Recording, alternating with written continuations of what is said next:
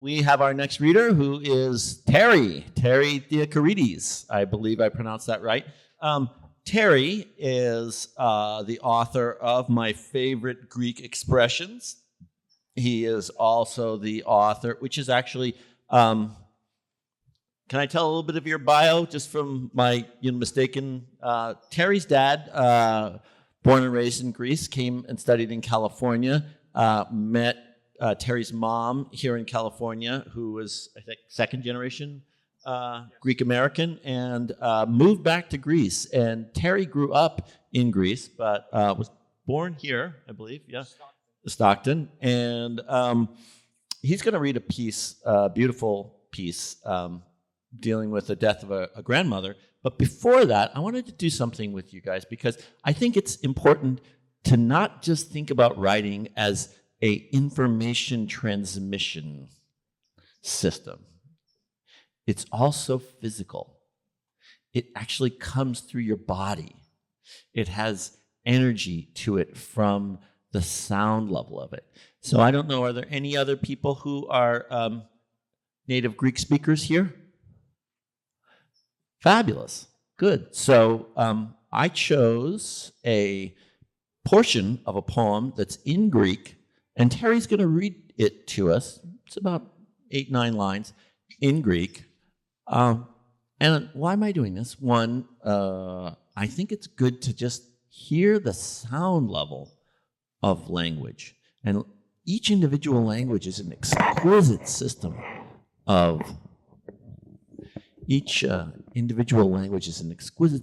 relationships and nouns and verbs and textures and rhythms, and we forget that when we're reading out loud or when we're listening. And often people are trying to just squeeze the meaning out of something. So as an introduction, I'm going to have Terry read a passage in Greek, and then I think it'd actually be better if you read the translation also, Terry, afterwards.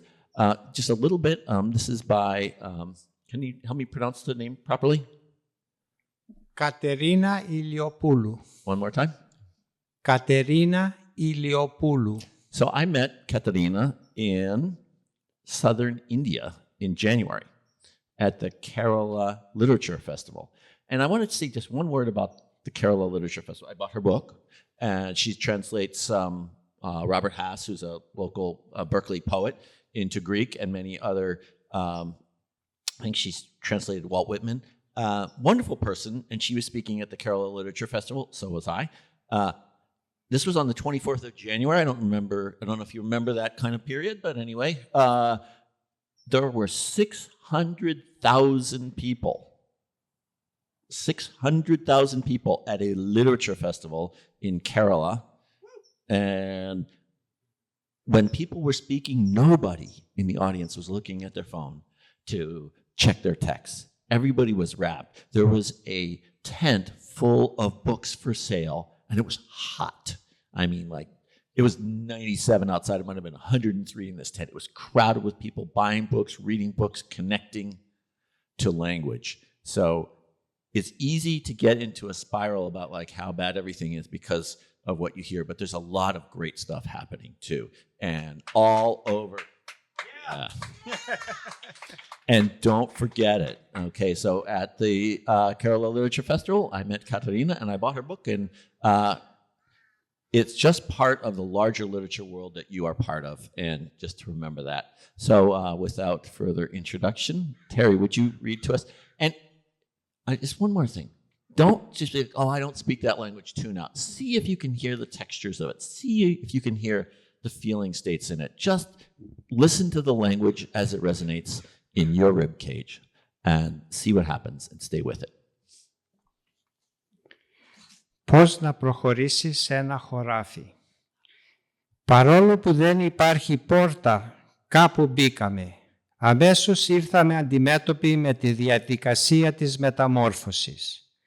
Δεκάδες μικρά πουλιά, πριν αθέατα, έφυγαν από το έδαφος, αγγίζοντας τις κορυφές από τα στάχια, κάνοντάς τα έτσι να αναπνέουν, κάνοντάς τα να συμμετέχουν στην πτήση, Κάθε στάχη γεννούσε θαρρείς ένα πουλί. Κάποτε σταμάτησαν. Δεν είχε μείνει κανένα. Ακόμα δεν ξέραμε πώς να προχωρήσουμε με την ερώτησή μας σκλωρή στο χέρι.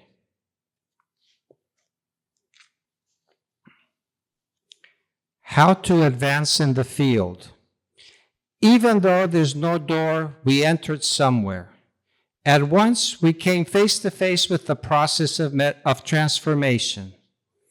Tens of tiny birds, previously invisible, took flight from the ground, touching the tops of the standing crops, thus making them breathe, making them take part in the flight.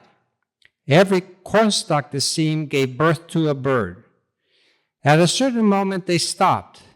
Not one of them remained. We didn't know yet how to advance, with our question pale green in the hand.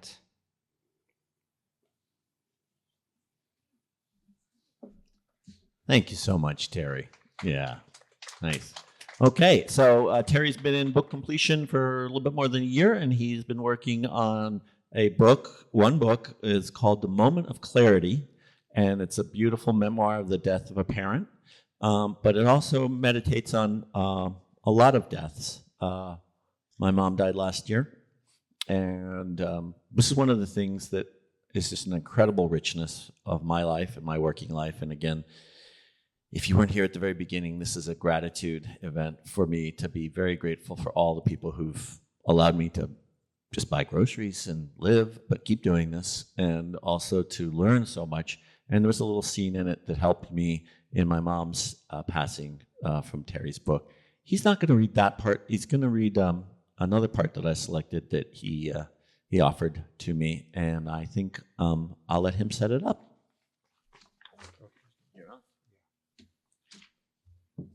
So the book is called A Moment of Clarity, and it has to do with the last days that I spent with my father, which culminated in an experience that was quite a surreal one. The book as a whole weaves stories of the family's life in Greece and the US. It explores culture dynamics within those communities, including the Greek American one, and how they influenced my life. The book deals with loss and grief, as well as finding joy from difficult and challenging times. The excerpt that I'll read from The Moment of Clarity takes place after the family decided to have the father's life support disconnected. And I find myself in the quarters of the hospital thinking about my paternal grandmother's death.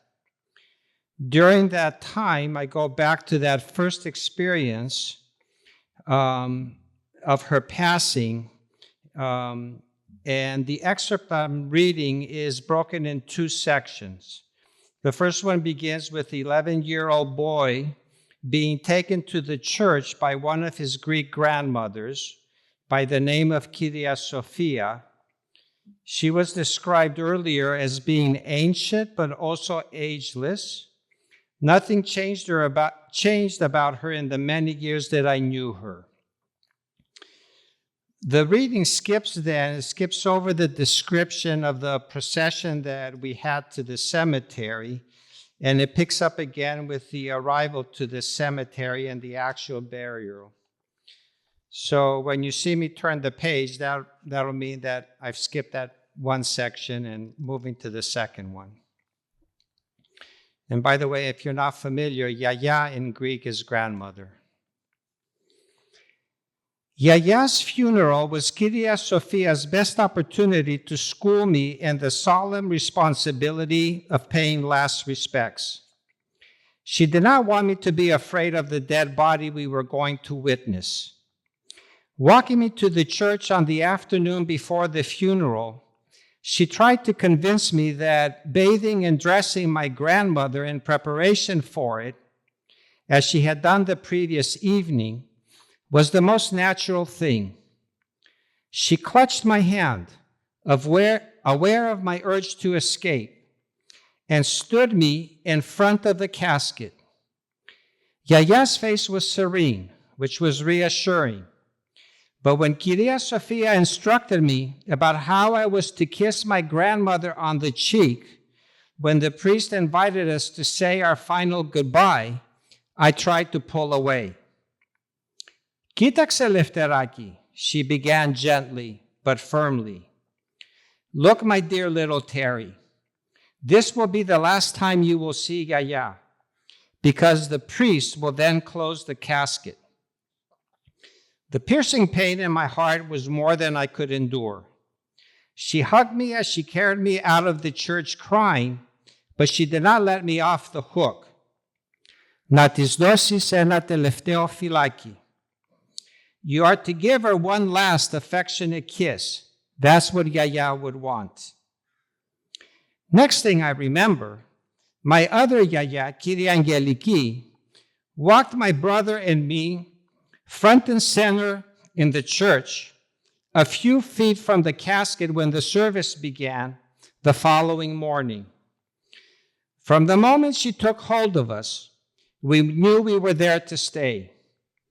Her grasp was paralyzingly strong despite her advanced age, not unlike the Venduzes, suction cup kisses which we would go to great lengths to avoid. Once the lips of her toothless mouth found our cheeks, there was no dislodging the force of her affection until she decided she was done.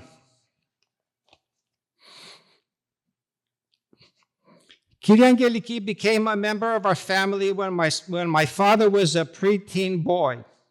She, along with my grandparents, Kyria Sophia, and many of the Pontius people in our lives were expelled from Asia Minor during the exchange of populations between Turkey and Greece in 1922. While they did not know each other at the time of their perilous migration that forced them out of their homes, fate brought them together and bonded them in a way only they could appreciate. The church service was but a small prelude to the drama which unfolded during my grandmother's burial. I did not kiss Yaya as instructed, but I touched her cheek, pulling away the same way we react to a burn from a hot object. It sent a shockwave through me. Her skin was ice cold.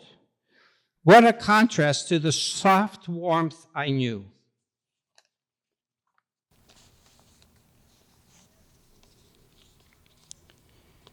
My parents had been walking right behind us during the 1-hour procession from the church to the cemetery.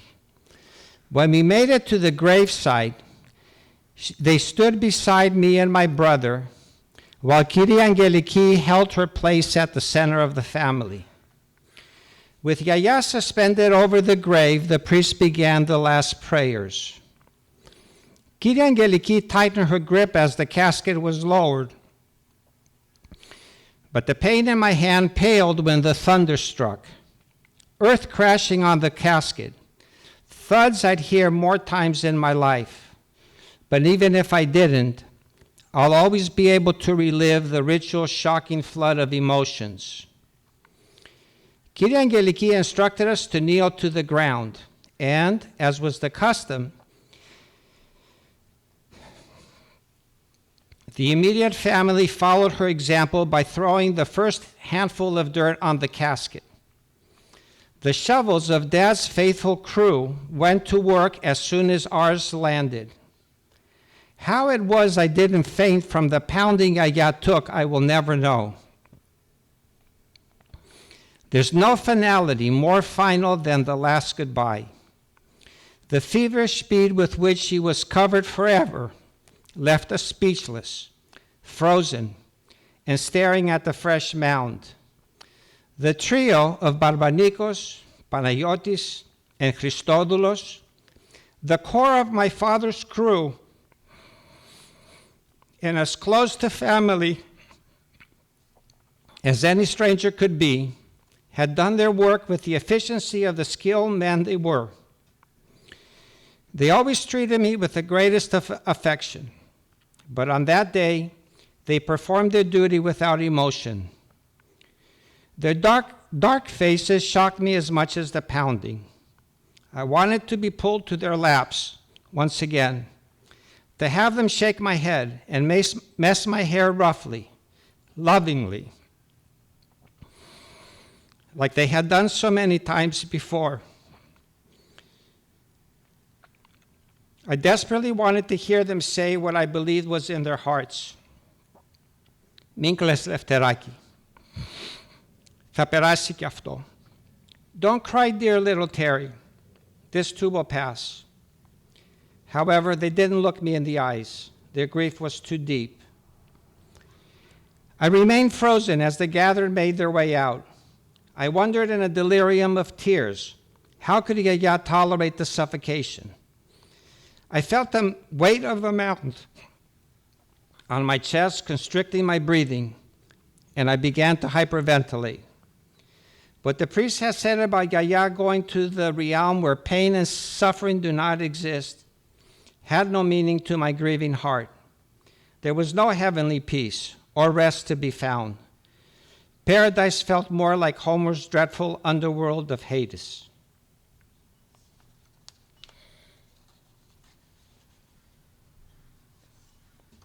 Thank you. I promised myself not to get emotional.